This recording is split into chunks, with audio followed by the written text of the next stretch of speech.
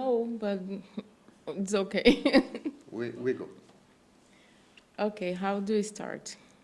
I say my name? Yes, your name. Yes, okay. Why you're here? What are you doing?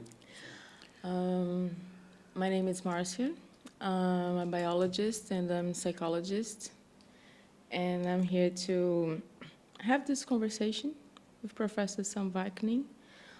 I'm about to publish a book about his book and about my experience with my narcissistic mother. And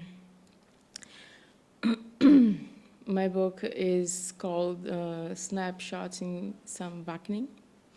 I guess is very appropriate due to the amount of citations in the book about Professor Sam. And what should I say now? Well, it's entirely up to you. Where are you from, and why did you decide to do this book? I'm from Brazil, from a city called Manaus, in north of the country, and I'm a bit nervous. That's the Amazon, no? Manaus. Yes, Amazon. it's the name of the state is Amazon. Why did you decide to make such a book? It's a kind of catharticism. Is this correct? Catharsis. Yes. I had this huge trauma from my childhood. I was raised by a narcissistic mother. Of course, I was only aware of this much later from my childhood. Exactly when I was a psychology student, when I started to make some notes about her behavior. And as you know, I only get to know your work maybe 10 years later from my psychology course. And your work really made difference for me. I started to study some things about narcissism. It was my interest because we usually get interested about those things that hurt us, because we need to to understand, we need to get rid of them, need to get these things out of our system. Obviously, we are always seeking for some healing, some kind of cure. This is important because otherwise our lives get stuck.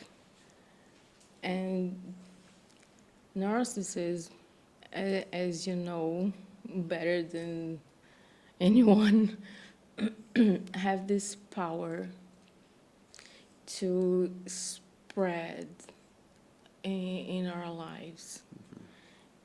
And I felt this so hard because my mother's narcissism was in my relationships, all of them. I even thought many times, maybe I am the narcissist. You have to raise your voice and don't do this all the time. Okay, thank you. And I thought many times that maybe I was the narcissist. Maybe I am fantasizing. Maybe there's nothing wrong with my mother. She is a mother. And it's very hard to put some ideas against mothers' behaviors because it's a taboo. Yes.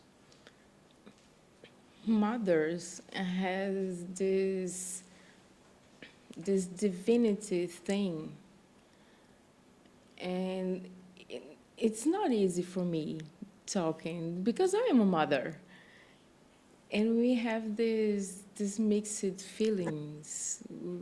We have this position that is uncomfortable because I don't want to hurt another mother's feelings. Mm-hmm. I don't want to expose my mother anymore. I did this right in the book, and I feel that this was a need to do this. Usually, the daughters are invisible.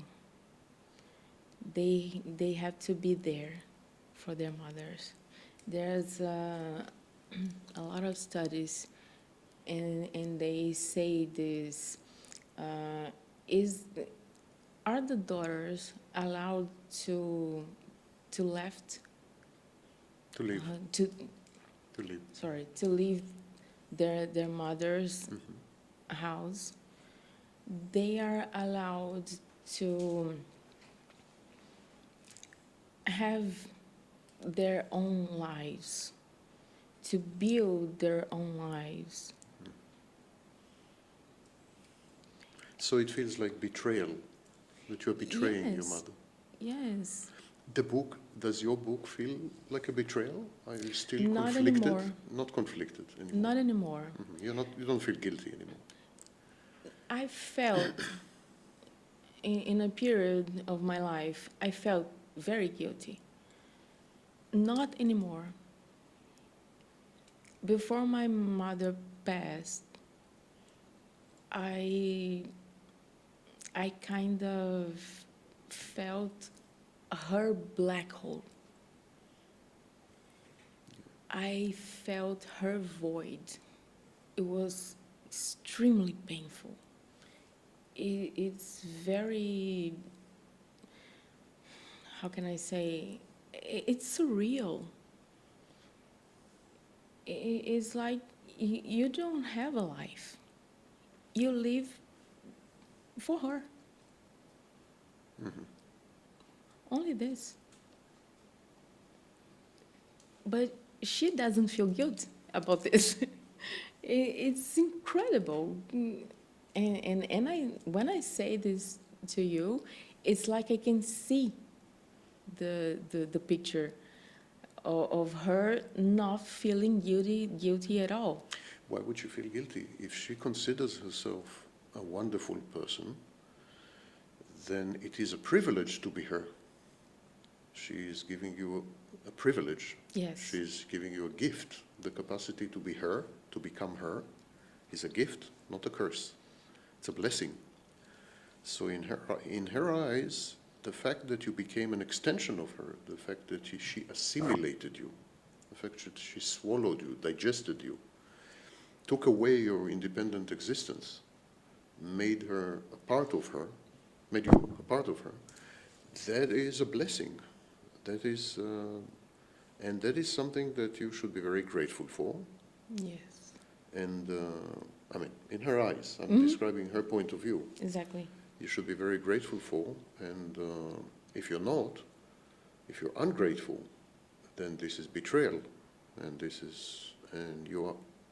that makes you automatically a bad person, maybe even evil, but definitely bad. And so you need to not only be punished, but you need to be effectively renounced. You need to be let go. Because a narcissistic person considers his or her presence to be a gift. And so if you are too stupid to realize that it is a gift, or if you reject the gift for whatever reason, and you're either, as I said, stupid or evil, malevolent. There's no middle ground. And why would you want to be with someone who is evil and malevolent? You know. I felt this so much when when I realized this particularity of narcissism, this splitting thing.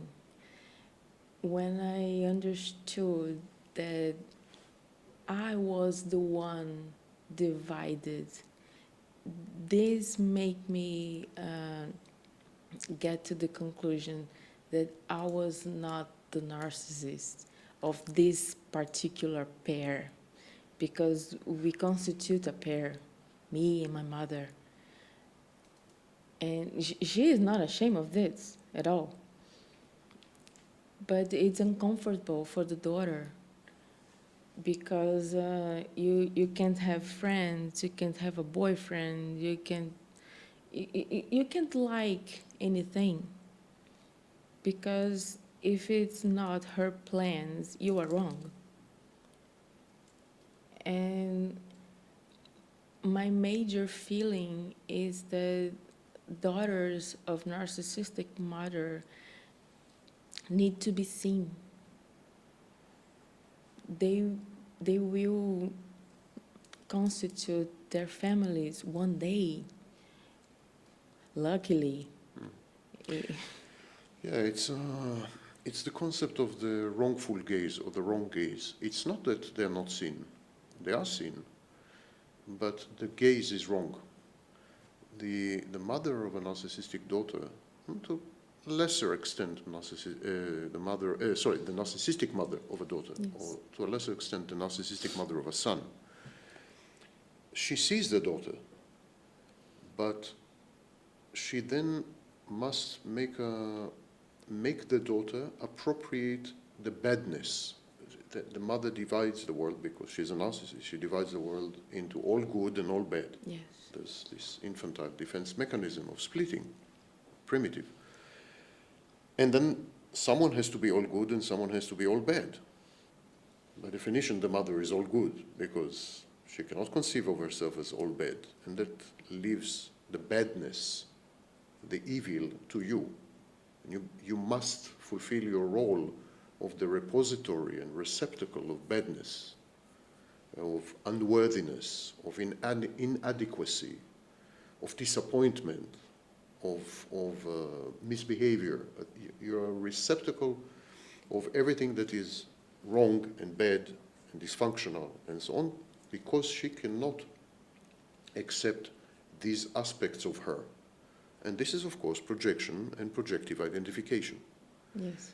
The mother projects these negative parts of her onto the daughter and then forces the daughter to adopt these negative parts, to tell the mother, you're right. So the mother would project the negative parts that she rejects in herself, that she cannot accept in herself, the parts that she hates, to the daughter, and then forces the daughter to conform and to become these parts, really. So that's the first issue. The first issue is the splitting. But the second issue, the gaze is wrong because it's an appropriating gaze. It's not a gaze that pushes you away. It's not a gaze that sets boundaries. It's not a gaze that is conducive to the emergence of a self, but it's a gaze that appropriates, that assimilates, that absorbs, that digests you. It's a predatory gaze. It's a gaze that all-consuming gaze. So it's not that you're not seen, but that you are seen as a non-entity. You are seen as a non-being. And not only are you a non-entity, not only are you a void, not only are you a black hole in the eyes of the mother, but it's a malevolent black hole, an unworthy black hole, inadequate, stupid, ugly, potentially traitorous, and so on. So this is the problem with the narcissistic gaze, is not that it's not there, it's just that it is an annihilating gaze. Whereas the healthy mother, when the healthy mother perceives the child, when the healthy mother gazes upon the child, the gaze of the mother informs the child, you are not me, you are not me. The child emerges, the child develops a self, the child forms boundaries, the child explores the world, because The child sees through the mother's gaze that he or she is not mother. This is healthy gaze. The narcissist gaze informs you that you do not exist except as an element in the mother's mind, except as an internal object, except as an extension, except as an instrument, except as a tool, except the source of your existence emanates from the mother. The healthy gaze says, you exist because you are not me. You exist because you are not your mother. That's the healthy maternal gaze. Whereas the unhealthy maternal gaze says, if you are not me, you do not exist. You exist only when you are me. And that's the... This reminds me a very sad conversation, very sad situation, when I was with her watching a movie. It was a rare occasion. I was watching the movie and she came. And you know the movie 2012 about Yes. the end of the world, etc. And that particular part when they are at China already, and the mother asks the Chinese to take their children with them, and she says, you don't have to bring us with you. Just say, take my children with you. It's all I want. And she cries and she asks the grandmother, the Chinese grandmother. And I got emotional watching this part. And she looked at me like, what are you doing? What do you feel like this? And I asked her, this is something I would do. I told her, this is something I would do. I would stay there to die alone, but making sure that my children were safe, would be safe. And she looked at me one more time, and she told me, I don't feel like this. If I will die, you will die with me. And there was nothing there in her face, and it was pretty normal for her. And this scares a lot. Yeah, this... I think people find it very difficult to accept, even when they do understand, but they find it difficult to accept. So there's a cognitive realization, but there's no emotional reaction. They find it difficult to accept that the inner experience of the narcissist is an experience of death. Yes. The narcissist experiences her existence as non-existence, as absence, as non-being. That is true for narcissism, that is also true for borderline. Actually, it's one of the diagnostic criteria of borderline personality disorder, the emptiness. So the experience is an experience of death. In this sense, narcissism is a death cult. And it's predicated on what Freud used to call thanatos, or the death drive, or the death force. For the narcissist to appropriate another person, for the narcissist to convert another person to snapshot, convert another person into an internal object, the narcissist must imbue the other person with death. The narcissist must kill you metaphorically before and as a condition for converting you into an internal object. An internal object that is full of life cannot exist in a mind that is full of death. As the environment is a graveyard, you need to be dead if you want a tombstone in that graveyard, in that cemetery. So the first thing the narcissist does, the narcissist kills you metaphorically. The narcissistic mother kills her daughter in her mind and then takes the corpse, converts it into an internal object, and continues to interact with the internal object in something that is very reminiscent of a seance, more or less, talking to ghosts. These internal objects in the narcissist's mind are ghosts. People think that the internal objects are alive, full of energy, elan vital, they have a force of life, and that's not true at all. The internal objects in the narcissist's mind are ghosts, they are ephemeral, they are ectoplasm, they are spiritual apparitions, they're not real, they don't have contours, they don't have depth, dimensions, density, they don't. And to reach that stage, to allow the narcissist to convert you into internal object, the narcissist needs to take away from you all the attributes of life. So first and foremost, the narcissist needs to take away from you your joy. The joy is a sign of life, your sexuality. And later on, your independence, your agency, your social circle, social network, your autonomy, personal autonomy, including financial independence. The narcissist needs to take all these away from you so that ultimately you're not alive. You may be alive physically, but you're a zombie. Only then the narcissist can convert you.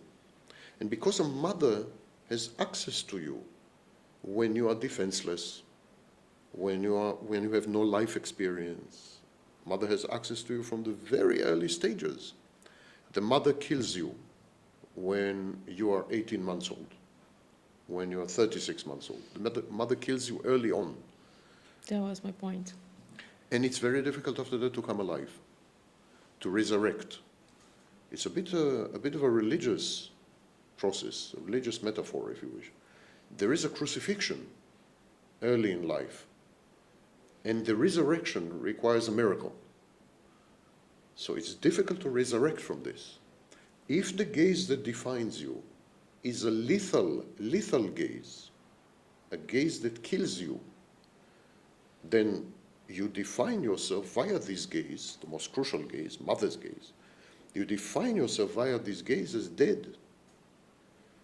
And all your so-called life is a celebration of death. You actually feel very good the more dead you are. The less independent you are, the less autonomous you are, the fewer friends you have, the fewer things you do. The more dead you are, the better you feel.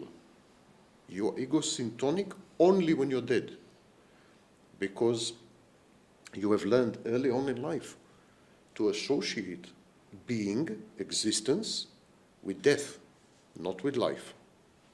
This is your comfort zone. Death is your comfort zone. That's why you feel, when you're about to abandon your mother, you feel very bad. Yes. That's a sign of life. You feel, when you're doing something totally independent, you feel very bad, you feel guilty, because that's a sign of life. Ironically, the more lively you become, the more alive you become, the more your internal mother, your mother introject, maternal introject, will sabotage you, will drag you back to the polarity of death. Because only then you could be at peace with your mother. Any relationship with another person, for example, is a betrayal of your mother. Automatic betrayal of your mother. Because that other person can give you life, can give you another gaze, can trigger your independent choice-making and decision-making. So it's a competition to your mother. It's a very important thing, very important point, because in my mother's case, for example, she took my financial independence. Yes. And this was the best way to keep me there. Yes, very common. Very common. And this was clear for me. This was my difficulty to separate from her. Just the financial issue. And when I was away from her, I felt this relief. It was a huge relief being away from her. But you also felt guilty. You I felt that you were abandoning her. I felt guilty when I was looking for her, and I felt she was alone. Yes. Because You felt that you were abandoning her. I didn't want her to feel this way, that way. And but I have a question about this. The mother kills her son or her daughter very, very early. Some people do not agree with this, but I do not agree with them. And it's a hard thing because children will get at the school several hours per day. And do you think we can teach teachers to recognize narcissistic abuse? Because in a large sense, it's early childhood experiences, adversities, and maybe people tend to only consider this in a wide range, and it's like they don't understand the importance of classifying as narcissistic abuse. And do you think we could maybe make some plans to educational system? Depends on the age. Depends on the age. The dominant theory in child psychology is Bandura's modeling, social learning, social cognitive learning theory.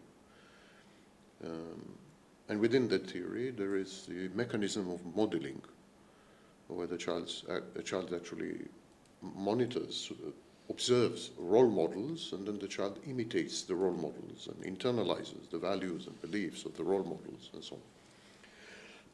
So if you catch the child sufficiently early, let's say 3 years old up to 6 years old, and you as a teacher provide an alternative model, so there's a model of a mother and a model of a teacher, for example, then studies have shown that the child is much more likely to adopt the model of the teacher, but much later in life. The models stay in the child's mind, and only when the child is 16 or 18, the child then tends to choose the healthy model over the pathological model. So it's a little like planting a seed, but the seed blossoms much later in life. But modeling at this period is very, very crucial. The mainstream position is that between the ages of 18 months and 36 months, there is a conflict with the mother. A mature, stable, mentally healthy mother would not engage in the conflict. She would, for example, allow the child to separate from her and explore the world, walk away. She would not feel insecure. She would not become punitive. She would not drag the child back. She would not emotionally blackmail the child. She would not. But immature mothers, narcissistic mothers, selfish mothers, not to mention mentally ill mothers, depressive mothers, psychopathic mothers, there's a whole range of what we call dead mothers. This kind of mother regards a child as not only her possession, an object, she objectifies a child, but she also regards the child as a source of narcissistic supply. Yes. As a foundation of her sense of self-worth, self-confidence, self-esteem. Owning the child enhances her. It's a form of self-enhancement. So she would never let the child go away. And that is mainstream. That is accepted, I think, by 99% of psychologists. I don't know who disagrees.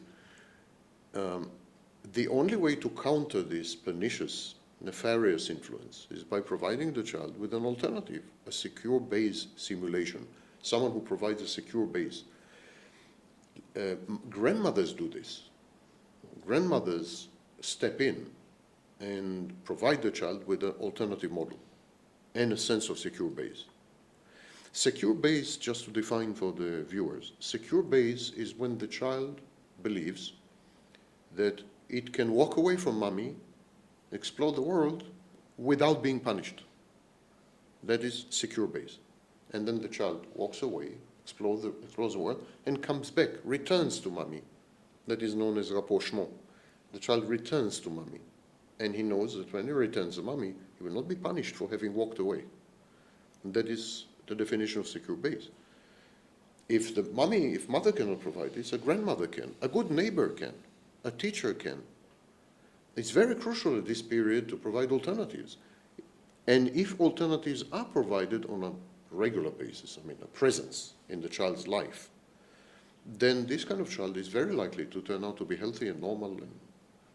But if the mother isolates the child, which many mothers do, narcissistic mothers do, if the mother isolates the child, she becomes, for example, overprotective. Or she signals to the child that the child can do no wrong. She tells the child, everything that's happening to you is other people's fault. You've done nothing wrong. So it's not only mothers that are abusive and mothers that are controlling, and not only. Mothers can become dysfunctional and problematic in a variety of ways. Mm-hmm. If you pedestalize the child, if you spoil the child, if you pamper the child, the message you're sending to the child, you're not responsible for the adverse outcomes in your own life. Your behavior has nothing to do with the consequences. You're always right. It's the teacher's fault. It's your peer's fault. It's the headmaster's fault. It's fundamentally alloplastic defenses. Yes, develops in the child alloplastic defenses. So there are many ways to deform the child, many ways to render the child defective. Yeah? But many children are lucky. They have other adult figures that are not like that. And then that's why the vast majority of people don't turn out to be. Luckily. Yeah. Professor, Sam, call me Sam. I'll try. The narcissistic mother, obviously, she has no identity. That's correct. And I wrote on the book that this kind of mother seeks to realize herself by the annulment of her children. Is this correct? She annihilates the child, or she deanimates the child. She takes away the child's life. Not necessarily in order to realize herself, but in order not to create dissonance between the death that she is and the life that the child is. If you base your entire existence on death, on non-being, and then you're confronted with a life form, something alive, something joyful, something energetic, and so on, this is very threatening, creates dissonance. Mm-hmm. And so you need to metastasize the death. Her death, the mother's death, metastasizes and consumes not only the children, consumes her spouse, consumes everyone around her, consumes her own mother, consumes, this death is like a virus, it's infection, and it creates a death cult. The narcissist feels comfortable only within a death cult, because then no one contradicts the experience, the inner experience of the narcissist as dead. There's a famous movie where there's a family, and the family believes that the house is haunted, that there are ghosts, especially the mother of the family. There's a mother, I think, and two young children. And they believe that the house is haunted because they're all ghosts, things are happening, and so on and so forth. At the very end of the movie, the mother realizes that they are the ghosts. Mm-hmm. They're the ones who have died. And the ghosts are actually living people. That The others. the others in the house, yeah, I think it's called the others. Yes. And so this is exactly the existence of the narcissist. The narcissist is a ghost. And suddenly the narcissist is surrounded by living people. But the narcissist doesn't recognize others as living people. He insists that they are ghosts. And he converts them into ghosts in order to feel comfortable. Egosyntony. The narcissist is egosyntonous only when everyone around him is dead, so that he can appropriate the corpses and internalize them and so on. Professor Sam,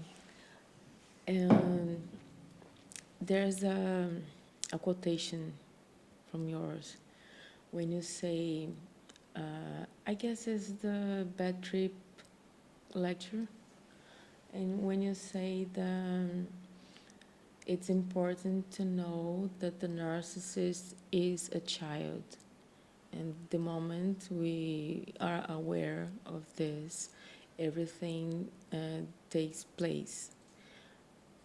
I keep saying that we need to know that he was a child.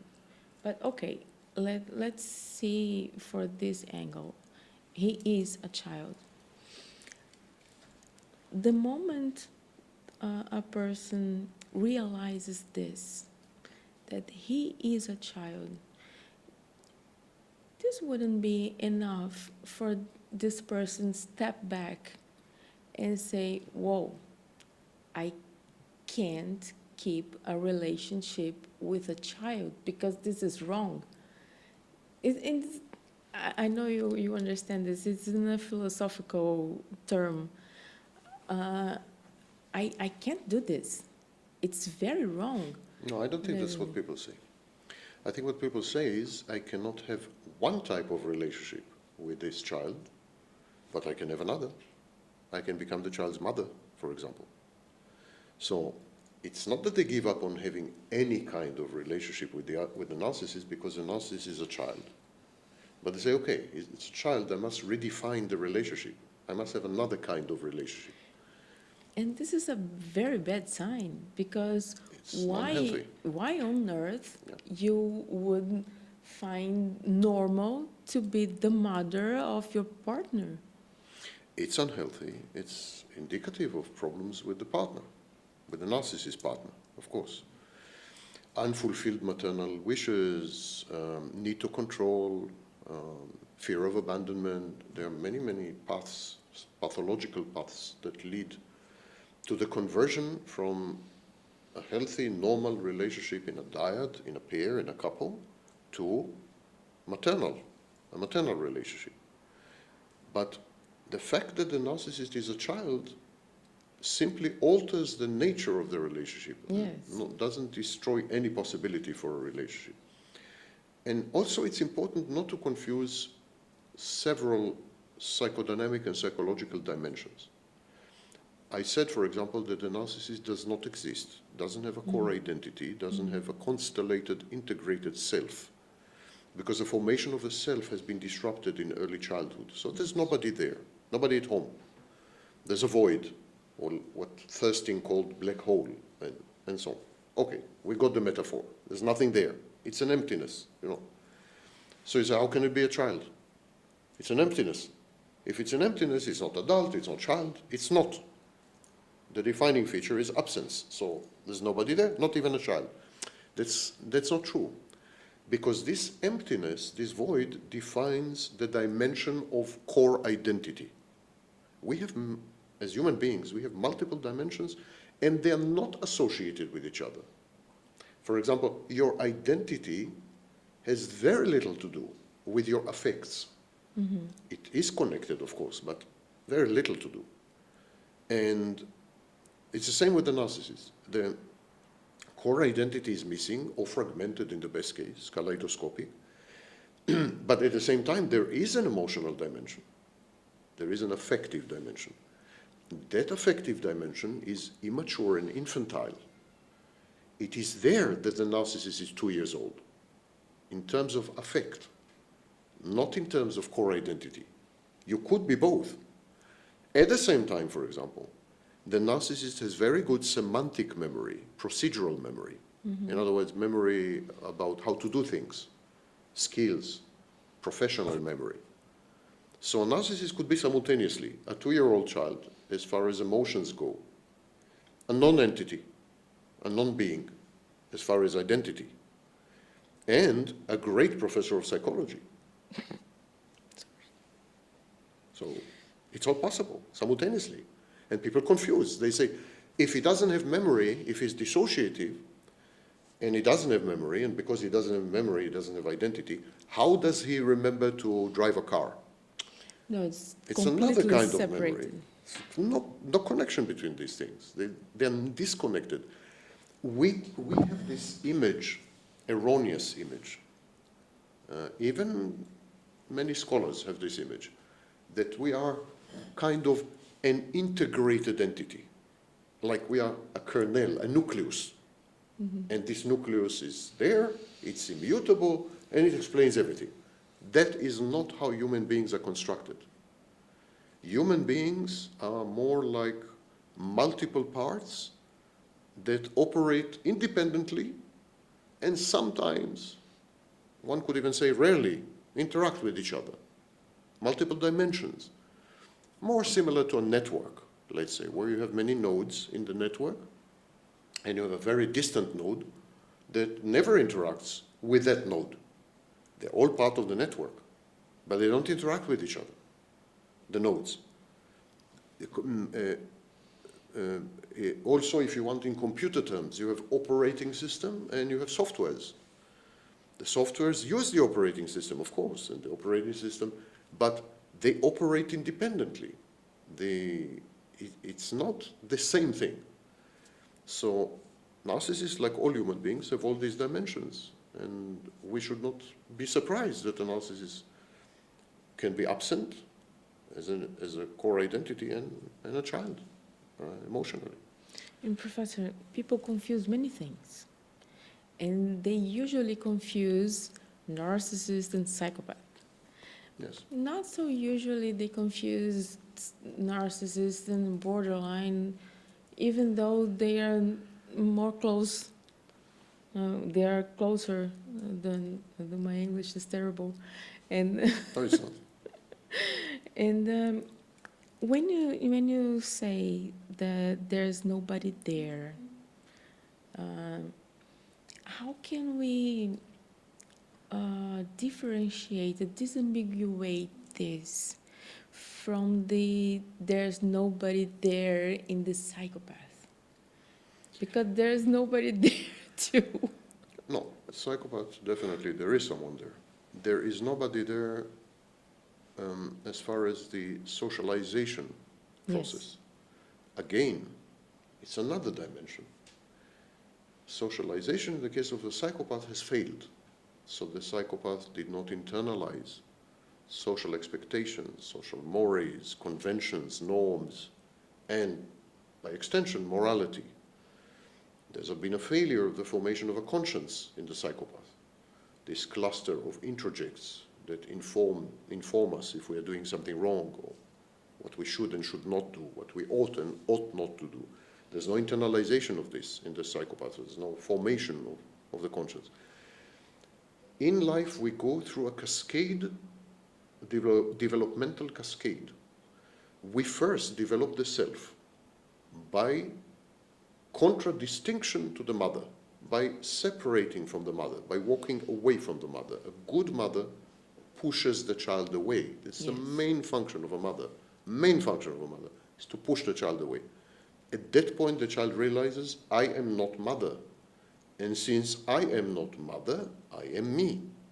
The me is born, the self, with boundaries. That's the first stage of the cascade. Second stage of the cascade, emotions and comparative emotions known as empathy. We begin to observe peers and other people, and we begin to develop a theory of mind, how the minds of other people operate. This process is known as mentalization. At the same time, a bit later actually, we develop an internal working model about how relationships work. So there's a cascade.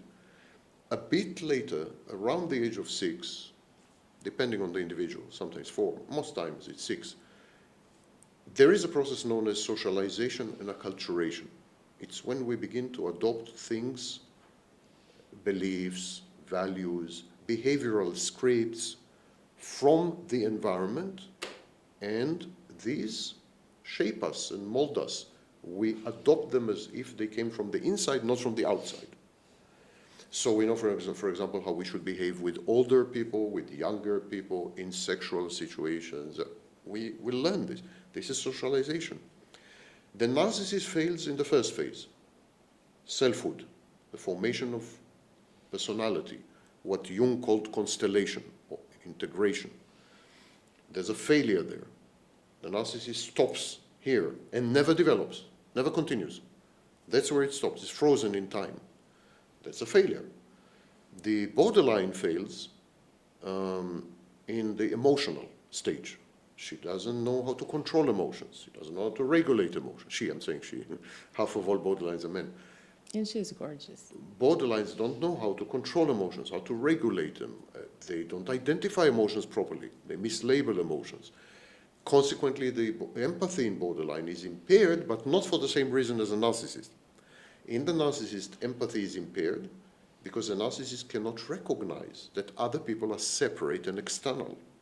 So he cannot empathize with non-existent entities. He doesn't realize that you're external or separate. How can the narcissist empathize with you? You don't exist.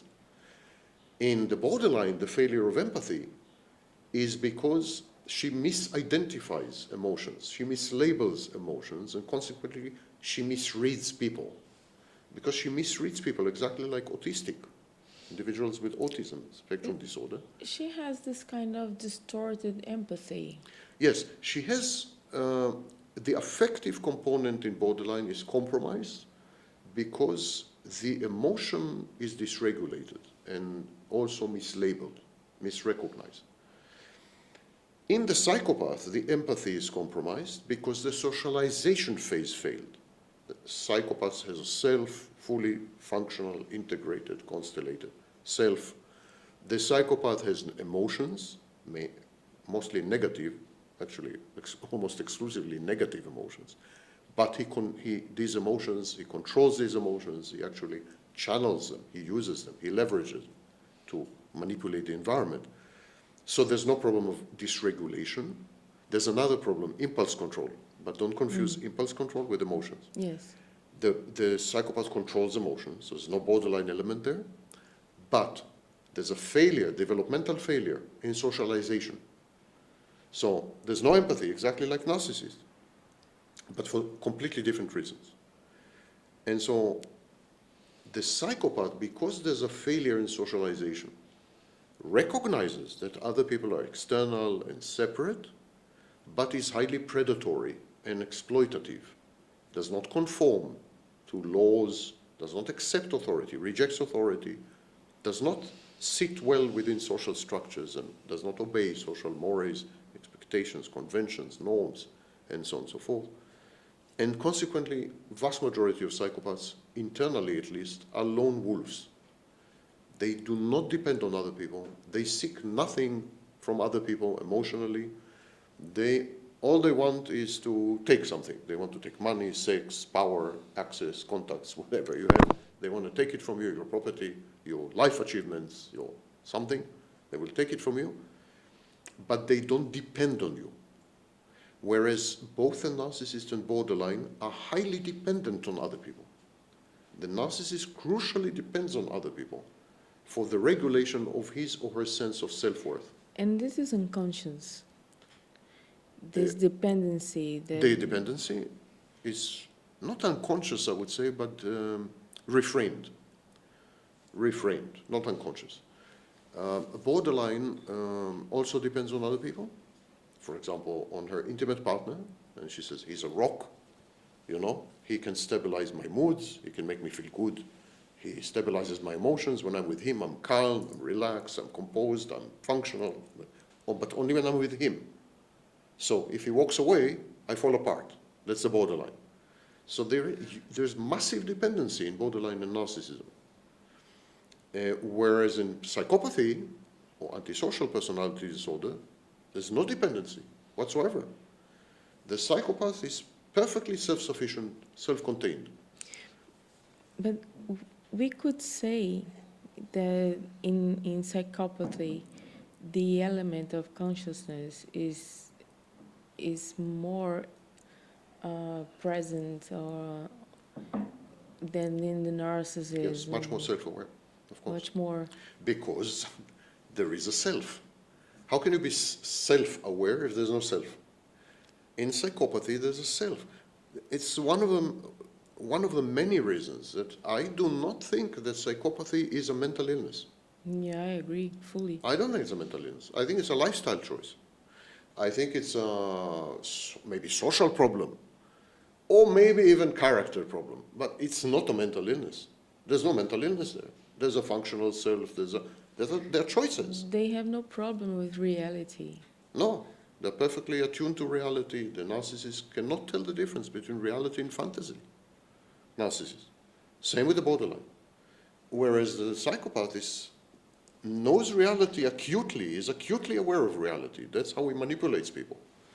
He creates fantasies, but he knows very well these are fantasies. And then he introduces people into the fantasy and abuses them. This is a hard thing to process because, at least for me, it's something. It's very, very surreal. How can one put someone into a fantasy and get rid of this sense of seeing the world as real, because they create another kind of world for this person, and not get into this world altogether with this person. The narcissist can do this. If he creates this whole new world, he's there together with Yes. the person. Yes. And I guess this But something. we do it all the time. A film director, a movie director, is doing it all the time. He's creating a fantasy. But he doesn't confuse the fantasy with reality. He knows it's not real. Professor, And when we watch a movie, by the way, we become dissociative. yes, totally. Especially when we see something that touches us, that we identify with, like that scene I described for you earlier. And I felt many times, for example, inside the story of a book. When you watch a horror movie, suddenly something happens, you jump. Yes. Why are you jumping? You know that this is not real. Why you hold your breath? Yes, but why? You know it's not real. The fantasy is working. Yes. So the psychopath is a movie director. He creates movies for you. These movies cater to your psychological needs. These movies satisfy some lack or some deficiency in your life. You want to get rich, you want to find love, so the fantasy is tailored to cater to aspects of your personality which are overwhelming, which you cannot resist, and which often are unconscious. But even when they're conscious, they're very powerful. And the fantasy is created very realistically. I mean, it's very meticulous, attention to detail and so on, exactly like a movie. It is shocking that some people are embedded in reality. I find that shocking. Reality is so dramatically harsh and difficult, Yes, and totally. adversarial and conflictive and terrifying and terrorizing, that I'm shocked that there's even one individual, one human being who is grounded in reality. I find it shocking. I think fantasy is the natural state. Reality testing is the abnormal state. Exactly opposite. I also think addiction, for example, is the natural state. I think psychology, clinical psychology, got it completely backwards. It makes a lot of sense because our brain gets addicted too easily to Yes. anything. Yes. We get addicted to music, to movies, to books, to toys. Yes, I think addiction is the way we relate to the environment. And I think clinical psychology got literally everything backwards. It emphasized reality, that's not true. The natural state is fantasy. It emphasized addiction, that's not true. It emphasized lack of addiction, that's not true. Natural state is addiction. It emphasized egotism and selfishness as natural and altruism as abnormal, whereas it's exactly the opposite. Altruism is the natural state. Selfishness is the abnormality. Clinical psychology is completely wrong about almost everything. And to get it right, you need to put it on its head. Then it's right.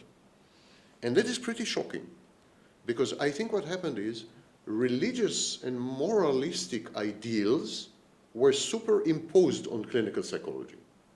Clinical psychology is not a science, but a reflection of social and cultural morality, ethics, expectations, ideals, religious tenets, and so on. Because religion tells you that you should be altruistic. Religion tells you it's bad to be, society tells you it's bad to be addicted. There is a contamination of clinical psychology with ideology. Yes. And that is bad. That means it will never be a science. Professor, getting a little back, the creation of fantasy in psychopathy and in narcissism, there is some kind of moment, and that is possible to recognize and differentiate when is a fantasy created by a psychopath and when is a fantasy created by a narcissist. Yeah, it's very easy actually. The psychopathic fantasy is goal-oriented. It usually is about something external, like money, power, sex, something outside the fantasy. So the fantasy is a means, it's operational, it leads somewhere.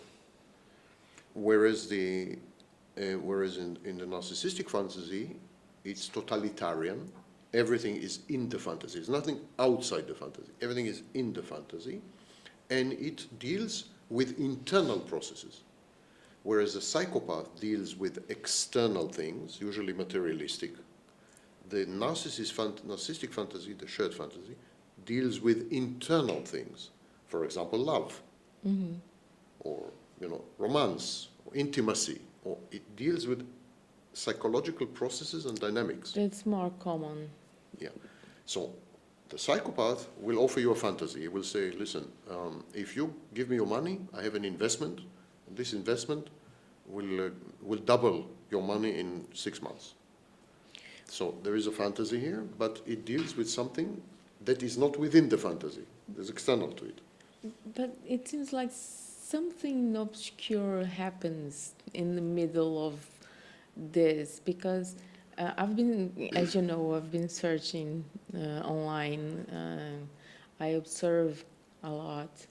And is your opinion too that people often confuse the traits, the behaviors, the features, and between psychopath and narcissist? And it seems like something happened there, and suddenly people classified. No, this is. I'm sure this was a narcissist, and perhaps because we are psychologists, and then we look at this. Well, I said, no, there's no way this is a narcissist. I am sure this is a psychopath. And it's impossible to convince that person. People wish to demonize or demonize narcissists. They want narcissists to have no redeeming feature, no justification, no explanation, no causation. There is a group of charlatans online that say that narcissism is completely genetic, and there's no proof of that. I believe that there is a hereditary component in narcissism, but there's no proof of that yet. But if it's genetic, that means they're born evil. So there is this equation of narcissism with evil.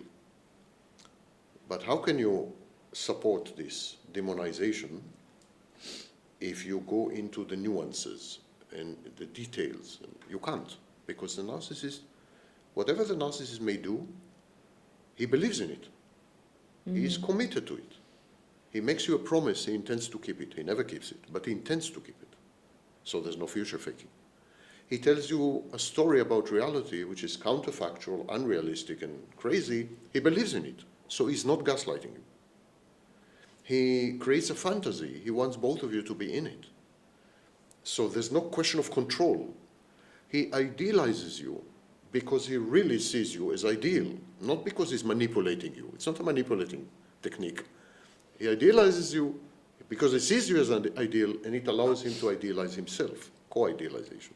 So, but if you accept all these, then the narcissist is not evil. He's a narcissist mentally ill. Yes. End of story. It's like a virus. Viruses kill people. They're horrible, but they're not evil. It's their program. So what people do in order to demonize the narcissist, they appropriate the behaviors of the psychopath. When they paint narcissists as psychopaths, then they can say, you see, they're evil. That's the source of the confusion. Ironically, if you demonize the narcissist, what you're doing is splitting. You're splitting. Yes. The narcissist is all bad, I'm all good. That is a narcissistic defense, the irony. Most victims online engage in narcissistic defenses and narcissistic behaviors, including self-aggrandizing and self-enhancement and so on. That's why I keep saying that empaths, for example, in my view, are covert narcissists. Yeah, I agree. This is, of course, all of us have defense mechanisms, but when I see the complaint of victims, of course I need to believe they were victimized in some way or in many ways. We cast no doubt about this, but we need to make a reflection on this, because the way these people talk, it's clear for me, again, maybe because I'm a clinical psychologist, and it's clear that it's a pride issue. It's an ego issue, because they, in many ways, maybe, they were rejected, and it's unacceptable. And of course, I'm not providing an excuse for the abuse or for the bad behavior of a narcissist. It's not about this, but in order to the person to get a point when she or he can heal from the situation, because it's sickness, and this person first need to realize that she or he is sick about the relationship. I want to make 3 comments. First of all, if you react to rejection or perceived rejection this way, this is narcissistic. It's a narcissistic defense. Yes. Number 2, narcissists can also be abused. Yes, Narcissists totally. are actually gullible. They're very gullible because they think they know everything and so on. It's easy to abuse narcissists. They are used to be abused. So that you have been victimized doesn't prove that you are not a narcissist. That's why I strongly suspect that many victims online are actually narcissists. They have been victimized. Not always, but in majority of cases. They have been victimized, but they have been victimized because or with the fact that they're narcissists. It's wrong to say that all victims are not narcissists and all narcissists are narcissists. Absolutely not true. Many, many narcissists are victimized. This reminds me, I'm interrupting you? Yeah, No. one last point. Sorry. When you say that self-realization and self-acceptance of your own contributions to the situation and so on is a precondition for healing, there is a hidden assumption that these people want to heal. I think some do, but I think many don't. Because the victimhood status is very rewarding. As a victim, you get sympathy, you get attention. Some people make money from being victims. They sell books, coaching sessions, and so on. You find like-minded people who provide you with all constant support. Victimhood is a status that is very, very attractive. To give up on victimhood is to give up on many things. I am pretty convinced that many, many, many victims do not want to heal at all. Yeah, I agree. And do not want to move on. Actually, there are studies that support what I'm saying. Gabai, others. And this is and there's also competitive victimhood. I am much more of a victim than you are. My abuser was much worse than your abuser, and so on and so forth. There's a competition for scarce resource of sympathy and support. Finally, victimhood confers rights. As a victim, you have certain rights. And because you have these rights, you can impose obligations on other people. Every right creates an obligation. So you have rights, you can impose obligation, you can become entitled, you can become demanding, and you can express aggression and rage legitimately. And you become more and more psychopathic. And this, I think, this kind of victims start off as covert narcissists. They've always been covert narcissists. The exposure online allows them to externalize aggression legitimately, to self-enhance and self-aggrandize legitimately, to attract attention legitimately, to do everything a narcissist does under the cover of victimhood legitimately. It's a very unpopular view, but from 30 years of observation, I'm pretty convinced of what I'm saying. I fully agree with you. It's pretty clear, at least maybe because of the background, because of the years of not only being a clinical psychologist, but being a teacher, because of my knowledge of biology, of neurology, of immunology, and we start to connect the dots and we say, wait a minute, this is not right. This reaction is not of the only victim in the system. And we start to raise questions about this.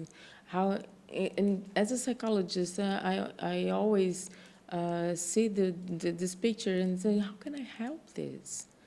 How can I help to disambiguate, to show, or to tell this person, listen, this kind of thinking, it's not really the best for you, and usually we can do much because they don't accept. The fact that these self-styled victims react with enormous rage and aggression when you dare to challenge them in any way, even constructive challenge, even helpful challenge, even loving and compassionate challenge. It doesn't have to be, good challenging. When you dare to question anything they say, they become violent, verbally Yes. abusive, and so on. This is classical sign of pathological narcissism. Classical.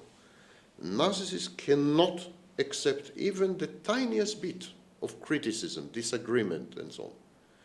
Real victims, people who are not narcissists and who have been victimized by narcissists, they are likely to remain open-minded. They are likely to consider possibilities and options. They are likely to reframe and rethink and perhaps adopt alternative strategies in an attempt to solve an internal state of victimhood and to heal and to move on. This is a real victim. That's how a real victim behaves. The people online, they're not like that. No. They become absolutely violent if you dare to say, for example, maybe you have contributed to your predicament, to your situation. Let's study how you may have contributed so that you don't do it again. They're likely to ban you and block you and attack you and verbally abuse you and so on. This is narcissism. End of story. No one will convince me otherwise. These victims are narcissists. Simply, they have been out-narcissized. They've been narcissists who have been victimized by bigger narcissists. But that's the whole story. This reminds me two things. One is that I noticed online that these victims, they have this need of disqualifying the current partner of their ex-partner. Yeah. And this is very, very indicative with a hurt pride, a hurt ego, the inability to move on, the inability to... Competitiveness. Yes, they are too concerned with getting jealous. They are too jealous about the I'm sorry, Anyway, new supply. I think we're dedicated enough to this. Let's move on to another topic. Okay. Yeah. One time I asked you about the real victims of psychopath. You may not remember this, and you answered me that I asked you if the real victims of psychopath are narcissists, and you told me no, but narcissists are easy targets. Yes. And there are another easy targets. Can you tell about this a little Why bit? Why narcissists are easy targets? The other targets together with narcissists, like... who are the other targets? Yes. I think I answered this. I said that there are needs, psychological needs and so on that are Actually, unmet. I was trying to ask you if we can consider as easy targets all the mentally ill, especially those who will easily get out of reality, like autistic ones, schizophrenic ones, depressive people, because in my view, this is something that a psychopath would see, and he would think, this is a game that I can easily win. Yes, of course. The more vulnerable a person is, the more broken, the fewer defenses, fewer boundaries, the less the person is, the more impaired the reality testing, the less contact with reality. But not only. Yes, I think mentally ill people are one group, including narcissists, are one group. In the case of narcissists believe that they know everything, that they are more clever than anyone else. They hold people in contempt. They feel superior, so they're gullible. It's easy to manipulate them. But I don't actually think this is the major group of victims of psychopaths. I think majority of the victims of psychopaths are people who gradually find reality more and more unbearable and intolerable in a variety of ways. So people after a life crisis, like a divorce, or unemployed, or people who fell into the trap of conspiracy theories or alternative explanations of reality. People who, so this is known as conspiracism. It's a trait. Conspiracism. People who have what I would call a supernatural point of view or religious point of view. People, for example, who believe in miracles or believe in outcomes that are disproportionate to investment. People who want to get rich quick, are impatient, they don't want to invest, they feel entitled. I think or everyone can become a victim of a psychopath. Yes. But they would tend to target people who have given up on reality, not necessarily because they're mentally ill, but because reality is not rewarding them anymore or even penalizing them. And they think that any fantasy would be better than reality. How does the psychopath identify such people? That, in my view, is the interesting question. That many, many people are like that, and most of them are not mentally ill. Most of them are okay. Is one thing. But how does he know? How does a psychopath know? How does this predator identify the prey? It's the psychopath uses baits and hooks and lures and test questions. In any encounter with the psychopath would simultaneously offer you a reality-based statement and a fantasy-based statement. And then he would see which one you choose. If he repeats this process a few times, and you keep choosing fantasy-based statements, that would be it. He would understand that you're fantasy-prone. And he is patient. And he is patient. Psychopaths are patient, yes. Well, not clinically. Clinically, psychopaths are impulsive. They have problem with impulse control, like borderline.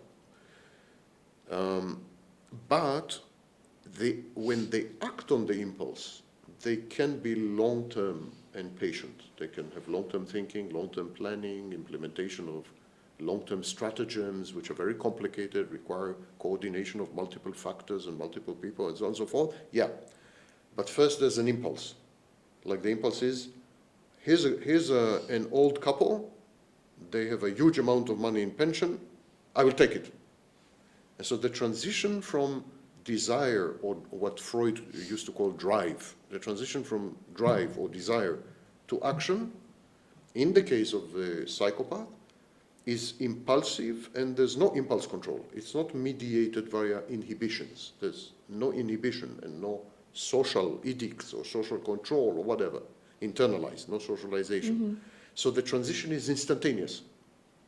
Here's money, I want it. And that moment, action starts. Whereas in normal, healthy people, there's money, I want it, but if I take it, I will end up in prison. Yes. So I'm not going to do it.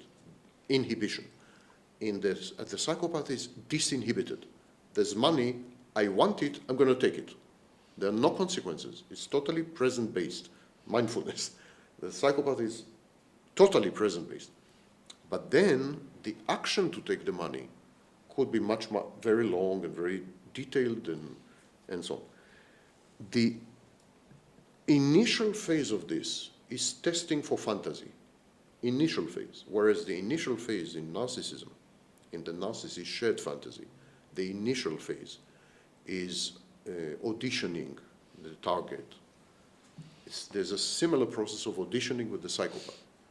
But the narcissist auditions the target for specific questions, which have to do with the structure of the fantasy and the provision of the 4 S's, sex, services, supply, and so on.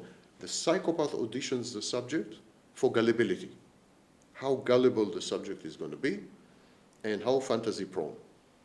The main tool or instrument of the psychopath is the fantasy. So he needs to know that people are gullible in the sense that they would adopt a fantasy and prefer it to reality, even when reality intervenes and interferes constantly with new information. For example, there's an old couple with a lot of money, and they have a son.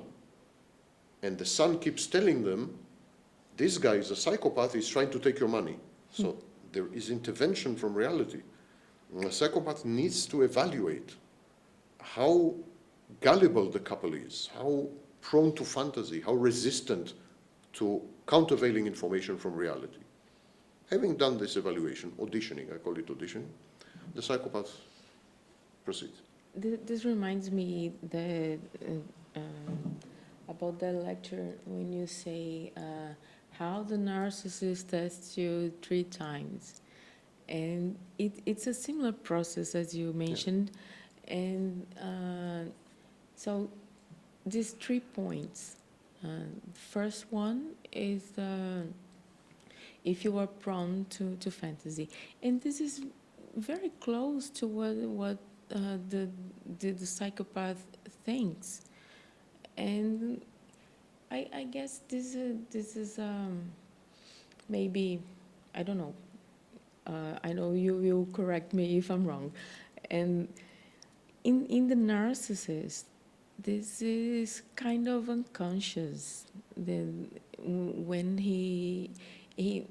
It's true. It's a way of us to understand, for us to understand how the process occurs in his mind. Yes. But it is unconscious. It is. And when we are talking about a psychopath, it's conscious. It's conscious. Yes, he's aware what he's doing, of course. He's testing them specifically. So if he approaches this old couple with money, he will not test them generally. He will test them about fantasy for money. He will test them about money fantasy. He will not test them generally. And this point, when is conscious and when is not, is where victims fall. Yes, because the psychopath is the unconscious of the narcissist. You could look at it this way. The psychopath is the unconscious of the narcissist. If the unconscious of a narcissist became a human being, it would be a psychopath in a way, in many ways. But the psychopath is focused on goals that are external to the fantasy, whereas the narcissist is focused on goals that are in the fantasy, internal to the fantasy, like love, intimacy, and so on. So that's the difference between them.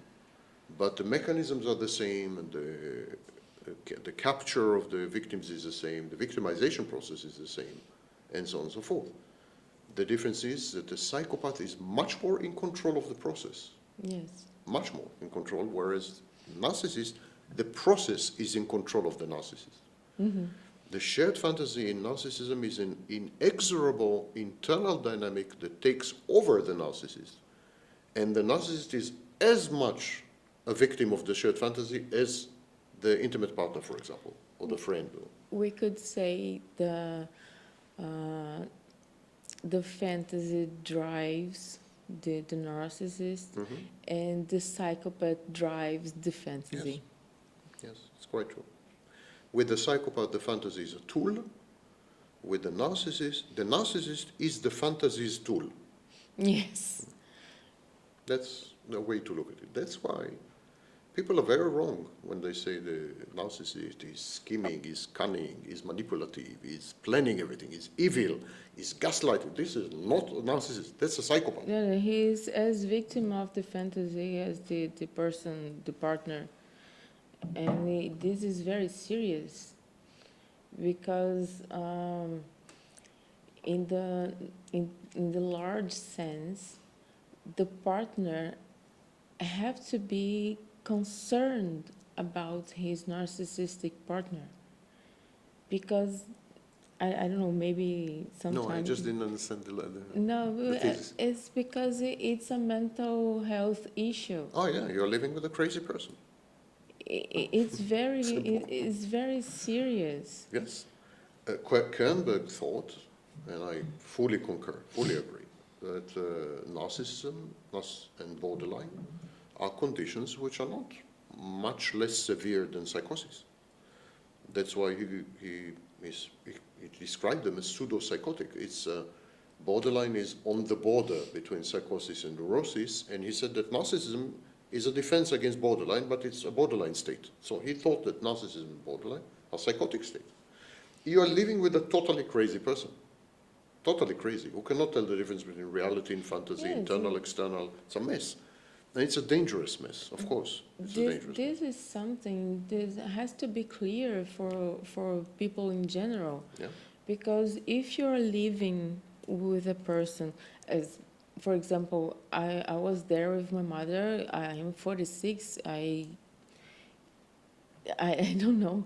It's a lot of time for you to stay with a person with a mental illness like narcissism, because it's dangerous. You can literally see the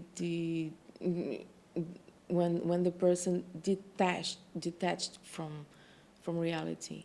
It's clear how these people who complain about the narcissist inside their homes, how can they see when this is happening? What direction they are looking? Because it's clear when the person is not in reality. That's the reason I told you sometimes that these people online, they are describing psychopaths for sure. Yes, I agree. They I agree. not victims of narcissistic abuse. I agree. They are victims of psychopaths that applied the narcissistic cycle. It's a universal strategy. It applies to borderlines as well. All of them are using the same strategy. The key question is awareness or consciousness. Whereas in borderline and narcissism, it's totally unconscious. In the psychopath, it's conscious. But they are identical from this point. For example, the narcissist confabulates. He creates counterfactual, unrealistic stories. Yes. And then he convinces you that the way you perceive reality is wrong because the confabulation is right. So from your point of view, it is gaslighting. You are experiencing, as a victim, gaslighting. Yes. But the narcissist is not gaslighting you because he believes that the confabulation is real. He is not trying to alter your perception of reality in order to manipulate you, but he's trying to alter your perception of reality because he honestly believes that you are wrong about reality. So the narcissist's motivation is not gaslighting. However, the outcome for you as a victim is gaslighting. So the psychopath is gaslighting you because he wants to manipulate you. The narcissist is gaslighting you because he is gaslighting himself. Yes, totally. And so on. These are the differences. The involvement in the fantasy is total in narcissism and borderline. And the psychopath is zero. He is not involved in the fantasy at all. He created it for you, to manipulate you, to take something from you, to abuse you, to exploit you, and so on. So, yes, people are confusing. Of course they are confusing. The primary sin of the victim is that when there's a stage in the fantasy that she likes very much, and she collaborates with this stage. She colludes. She wants the fantasy. She begs for it. And that is the idealization phase. In the idealization phase, victims realize it's a fantasy, but they love it. They want more of it. They encourage a narcissist to intensify the fantasy, to make it all-pervasive, to replace reality with fantasy. So it is the victims that actually provide positive reinforcement for the narcissist to enhance or increase his behaviors, his fantasy-prone and fantasy creation behaviors. When the victim is idealized, the victim loves it. She falls in love with herself through the narcissist's gaze. She is now perfect. She's drop-dead gorgeous. She's amazingly intelligent. It's addictive. She becomes addicted to it. She doesn't want to let go. She wants more of it. And this is the primary sin. So later on, when the fantasy turns sour, goes south, and the victim begins to be devalued and so on, it's already too late. It's already too late to wake up and say, oh, that's a fantasy, because at that point, if you wake up as a victim and say, this devaluation is a fantasy, it's not about me, it's not me, then you must admit that the idealization was also not you. And you can't do that because you're cathected, you're emotionally invested in the idealization phase where you were perfect, brilliant, gorgeous, amazing, unprecedented. In other words, you cannot give up on the fantasy in the devaluation phase without giving up on the fantasy in the idealization phase. And you don't want to give it up. You're addicted already. It's an addiction. And this is the core of trauma bonding. The core of trauma bonding is not about giving up on the narcissist. People say trauma bonding is you cannot give up on the narcissist because the trauma bonded you, intermittent reinforcement, and that's not true at all. The trauma bonding is you cannot give up on your idealized version, on the idealized version of you, on the narcissist's gaze. You cannot give up on seeing yourself through the narcissist's eyes as a perfect entity, worthy, of course, of love.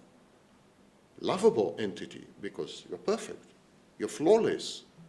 First time in your life, you feel beloved, and justly so. You deserve the love. You deserve love not because you are doing anything, but you deserve the love because you are you. What do you mean you are you? You are the ideal you. Who would give up on something like that? That is Not a narcissist. It's exactly what a child experiences with a mother, you know? So the narcissist offers you the idealization. I call it the hall of mirrors because you see yourself everywhere. The narcissist offers you the idealization as a bait, as a lure, gets you addicted on this drug of seeing yourself as perfect. It's a drug, you get addicted. And then you would continue with the fantasy even when it goes bad and dangerous. You would continue with it because you can't give up the first part. You're addicted to an image of you, to a version of you that is by definition unrealistic and fantastic. That is, of course, self-enhancement. The narcissist is playing on your grandiosity. Yes. But totally. even when you're in the idealization phase, you know it's nonsense. You know it. The narcissist tells you, for example, wow, you are drop-dead gorgeous. Okay, you know you're not bad-looking, but you're not drop-dead gorgeous, yes? Or he tells you the most intelligent person I've ever met in my life, and you know you're a bit on the stupid side. People know it's not true. But it is still addictive because of the maternal echo. The mother loves the baby this way. For the mother to raise a baby, she needs to idealize the baby because raising babies seriously sucks. It's a shitty job, you know. So the mother needs to idealize the baby and offers the baby idealization and unconditional love because of the baby's perfection, perceived perfection. Yes. It's a perfect entity, therefore it's lovable without further conditions because it's perfect. So it's unconditional love. When the narcissist idealizes you, you experience unconditional, idealizing maternal love. This is the maternal echo. And this is what you cannot give up on. Your second childhood, in effect. You cannot give up on this. And not because you believe it. No victim believes the nonsense in idealization. You know, it's a bit comic even. It's a bit funny. Not because you believe it, but because believing it creates what Freud called the oceanic feeling. Believing it renders you, infantilizes you, renders you a newborn, a baby, which then can be loved, who then can be loved by a maternal figure, which is the narcissist. But Professor, could we consider this as an indicative that this victim could be a narcissist, because what you describe is everything the narcissists are prone to. No. Everyone is susceptible. Everyone is vulnerable to this. Because re-experiencing the unconditional maternal love is very primordial. It's pre-verbal. Nothing can resist it. Not the defenses, not life experience, not cognitions, not emotions, not knowledge, nothing can resist this. So because it goes really, really, really deep down to the point where you were indistinguishable from your mother. You were in a symbiotic state. You were one. Merger, fusion, call it what you want. You were one entity. So when the narcissist regresses you there, at that point you're 6 months old, of course you have no way to resist this. No one does. No one is resistant to this.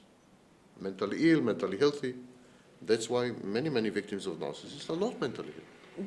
This is in accordance to the point 3 of that list, that casting. And we'll take a break in a few minutes. Okay. No, please ask this last question. We'll take a break and then we'll continue. Okay. I forgot. This is in accordance with point 3 in the auditioning. Yes, because this it seems to be the test to know if the potential partner could be a narcissist too. It's a way because we can identify some There are traits. people susceptible to this more than other people. No one is immune to this. No one is immune to this. If the manipulator, the psychopath, for example, or the narcissist unconsciously, if they are good at what they do, no one can resist this. However, it is true that some people will accede, will concede, will succumb, will surrender much faster. Much faster. And this is, for example, people who did not experience maternal love, who never experienced maternal love. People who have what Ross Rosenberg calls self-love deficit. People who believe that if they were given a second chance at a second childhood, things would turn out to be better. The narcissist is like that. The narcissist believes that a second childhood is. So some groups of people would be more susceptible and would react much faster, like immunology, would react much faster to this kind of approach, but everyone would react. There would not be a single person who would be able to resist this. This point 3, we can consider as unconscious? All the auditioning is unconscious. It's not the narcissist, I have a list now with me. All the auditioning is unconscious. For example, the narcissist on the first encounter or second encounter begins to behave like a mother. He begins to pay attention to your well-being. He encourages you to drink more or to eat more. He asks you if you're okay. He taps your head. So he's beginning to behave like a mother. And then he's observing your reaction to the maternal cues, maternal behavioral cues. He sees how you react. But that is not done because he has a playlist and, okay, I have to do now this, 4.1. No, he's doing it because it's a predator. That's how he behaves. Narcissist is much closer to a virus or to a lion, whereas a psychopath is truly evil. If you want to associate the word evil with something, it's not narcissism, it's psychopathy. If you want. I'm against it. But the narcissist is not evil. He just is. He's no more evil than a virus who kills 5 million people.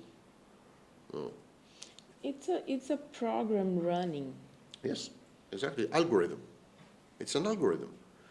And that's why I keep comparing narcissism or the narcissist to artificial intelligence. Because in artificial intelligence, you have deep set algorithms that are so complex that the behavior of the artificial intelligence is not reducible, not traceable back to the algorithm. The algorithm produces complexity that cannot be reduced to the algorithm, on the one hand. And on the other hand, it creates a pretty good simulation of a human being. And that's, if you put the two together, that's the narcissist. There are deep-set algorithms, for example, the shared fantasy. Deep-set algorithms, they're super complex, and they produce, working together, enormous complexity.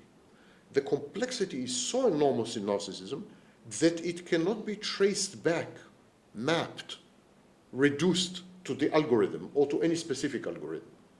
Cannot, on the one hand, and this complexity creates a simulation of a human being that is beyond convincing. And that's why I keep saying that we are waiting for artificial intelligence in the next 50 years. It's already We're here. already here. It's here. It's already here.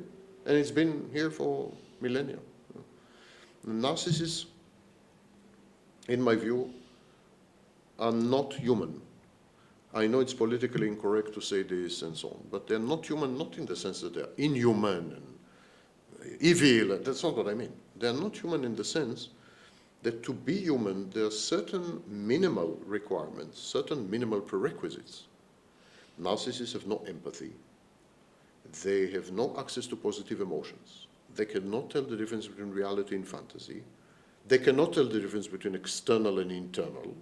So if you take all these away, what is left? In which sense are they human? They're carbon-based, I agree, but in which sense are they human? Do they have an inner experience that is comparable to the inner experience of what we call humans? I don't think so. I think the inner experience of a narcissist, and on this I am an authority more than any scholar in the world, because I'm a narcissist. I think the inner experience of a narcissist is incomparable to the inner experience of healthy, normal people, or even to the inner experience of other mentally ill people. It's really idiosyncratic. It's really bizarre. And the fact that narcissists simulate humanity very well, in some cases, doesn't mean that they're human. It means that their algorithms and programming, coding, is super elaborate, highly complex. And ironically, it's the mother that created the programming. The mother is the super coder. She is the master programmer who created the narcissist. I think it's a good point to take a break.